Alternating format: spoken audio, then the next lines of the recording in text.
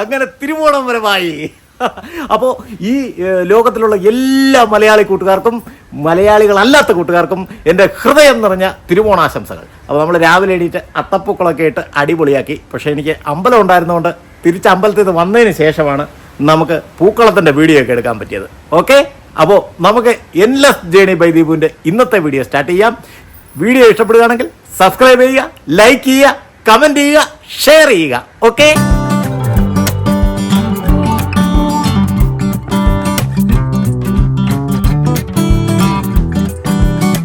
അങ്ങനെ അത്തപ്പൂക്കളൊക്കെ ഇട്ട് കഴിഞ്ഞിട്ട് നമ്മളിനി നേരെ സദ്യയിലോട്ട് കിടക്കുക. അപ്പോൾ നമുക്ക് അടുക്കളയിൽ ചെന്ന് ജസ്റ്റ് ഒന്ന് നോക്കാം എന്തൊക്കെയാണ് ഇന്നത്തെ വിഭവങ്ങൾ എന്നുള്ളത്. ഞാൻ സത്യം പറഞ്ഞാൽ വന്നിട്ട് ഒന്നും കണ്ടില്ല. അവൾ പിന്നെ എല്ലാം വെച്ച് സെറ്റ് ചെയ്ത് റെഡിയാക്കിയിരിക്കുക. ഞാൻ അടുക്കളയിലോട്ട് പോയി നോക്കിയില്ല സത്യം പറഞ്ഞാൽ. കുറേ ജോലികളായിപ്പോയി ഇന്ന് തിരുവോണമാണെങ്കിലും. അപ്പോൾ നമുക്ക് നേരെ അടുക്കള ചെന്ന് എന്തൊക്കെയാണ് അവളിന്ന് വെച്ച് റെഡിയാക്കി വെച്ചിരിക്കുന്നതെന്ന് നമുക്ക് ജസ്റ്റ് ഒന്ന് നോക്കാം. എന്തുവാടി, സദ്യയൊക്കെ ആയോ? എന്തുവായി, വിളക്ക് വെക്കണ്ടേ? എന്തൊക്കെയാ ഉള്ളത്? പരിപ്പ് എന്ത് ഒന്ന് കാണിച്ച്. അടിപൊളി പരിപ്പ്, സാമ്പാർ, തോരൻ. അയ്യോ, ഇതെന്തോടി ഇത്? കിച്ചടി ഇല്ലേ? പച്ചടി, കിച്ചടി, പുളിശ്ശേരി, സാമ്പാർ എല്ലാം വേണ്ട. പച്ചടി കിച്ചടിയൊക്കെ ഉണ്ട്, സകല ഐറ്റം ഉണ്ട്. ഇനിയിപ്പോൾ നമുക്കിതെല്ലാം വിളമ്പി പതുക്കെ ഊണ് തുടങ്ങണം. അതിന് മുമ്പ് നമുക്ക് ആദ്യമേ വിളക്കത്ത് ഒരു നേദ്യം വെക്കണം.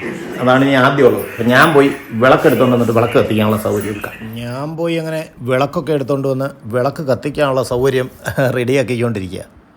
അവൾ അപ്പോഴത്തേന് സദ്യക്കുള്ള പിന്നെ കൂട്ടുവട്ടങ്ങളൊക്കെ ഒരുക്കിക്കൊണ്ടിരിക്കുക. ആദ്യം നമ്മൾ വിളക്കത്ത് വിളമ്പിയതിന് ശേഷമാണ് നമ്മൾ ശരിക്കും പറഞ്ഞാൽ നമ്മൾ ഉണ്ണാനിരിക്കുകയുള്ളൂ. അതെല്ലായിടത്തും ഒരു ചിട്ടയാണ്. വിളക്കത്തെ ഗണപതിയെ സങ്കല്പിച്ച് ആദ്യം എല്ലാ വിഭവവും നമ്മൾ വിളമ്പി വെക്കും. അതാ ഒരു ശാസ്ത്രം. ഗണപതിയെ സങ്കല്പിച്ച് കിഴക്കും പടിഞ്ഞാറുമായിട്ട് തിരിയിട്ട് തീപ്പെട്ടി അരിച്ച് വിളക്കൊക്കെ കത്തിച്ചു. അത് കഴിഞ്ഞിട്ട് ഗണപതിയെ ഒന്ന് നന്നായിട്ട് പ്രാർത്ഥിച്ചതിന് ശേഷം നമുക്ക് പോയിരുന്ന് ഊണ് കഴിക്കാം. വിഘ്നേശ്വരനാണല്ലോ ഗണപതി. അപ്പോൾ അങ്ങനെ ഗണപതിക്ക് സദ്യയൊക്കെ ഒരുക്കി. ഇനി നമ്മൾ ഉണ്ണാനായിട്ട് പോവാം. ഉണ്ണാം ആയല്ല.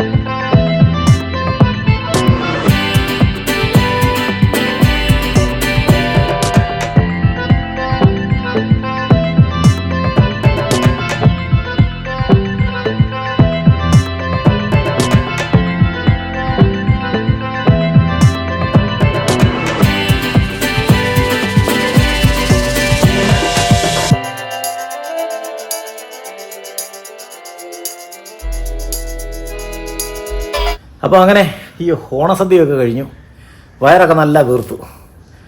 ഇന്നിനിപ്പോൾ വേറൊന്നും പോകുന്നില്ല. പണ്ട് നമ്മുടെ മുത്തശ്ശിമാരൊക്കെ പറയാറുണ്ട്, ഓണത്തിൻ്റെ അന്ന് എവിടെയെങ്കിലും വിരുന്ന് പോകണം, ഇല്ലെങ്കിൽ അടുത്ത ജന്മത്തിൽ ചിരവയായിട്ട് ജനിക്കുമെന്ന്. അതൊക്കെ ചുമ്മാ പറയുന്നതാണോ എന്ന് എനിക്കറിഞ്ഞൂടാ. ചിരവ ജനിക്കുകയല്ലോ, മനുഷ്യൻ ഉണ്ടാക്കുന്നതല്ലേ. അപ്പോൾ ചിരവയായിട്ട് ജനിക്കേണ്ടി വരുമെന്നൊക്കെയാണ് പറയാറ്. അപ്പോൾ എൻലെസ് ജേണി ബൈ ദീപുവിൻ്റെ ഇന്നത്തെ വീഡിയോ ഇവിടെ വെച്ച് നിർത്തുന്നു. എനിക്കിനിപ്പോൾ വൈകിട്ട് അമ്പലവും കാര്യങ്ങളൊക്കെ ഉണ്ട്. അത് കഴിഞ്ഞിട്ട് ഞാൻ നേരെ ചെങ്ങന്നൂരിന് പോകുന്നുണ്ട്. ചെങ്ങന്നൂർ ഒരു പരിപാടിയുണ്ട്, അത് ഞാൻ എൻ്റെ അടുത്ത വീഡിയോയിൽ കാണിച്ചു തരാം. കാരണം ഇപ്പോൾ പറഞ്ഞാൽ ശരിയാകത്തില്ല. രാത്രി നേരെ ഞങ്ങളപ്പോൾ എൻ്റെ നാട്ടിലോട്ട് വിടുക. അപ്പോൾ വീഡിയോ ഇഷ്ടപ്പെട്ടിട്ടുണ്ടെങ്കിൽ എല്ലാവരും സബ്സ്ക്രൈബ് ചെയ്യണം, ലൈക്ക് ചെയ്യണം, ഷെയർ ചെയ്യണം, കമൻറ്റ് ചെയ്യണം. Okay, by.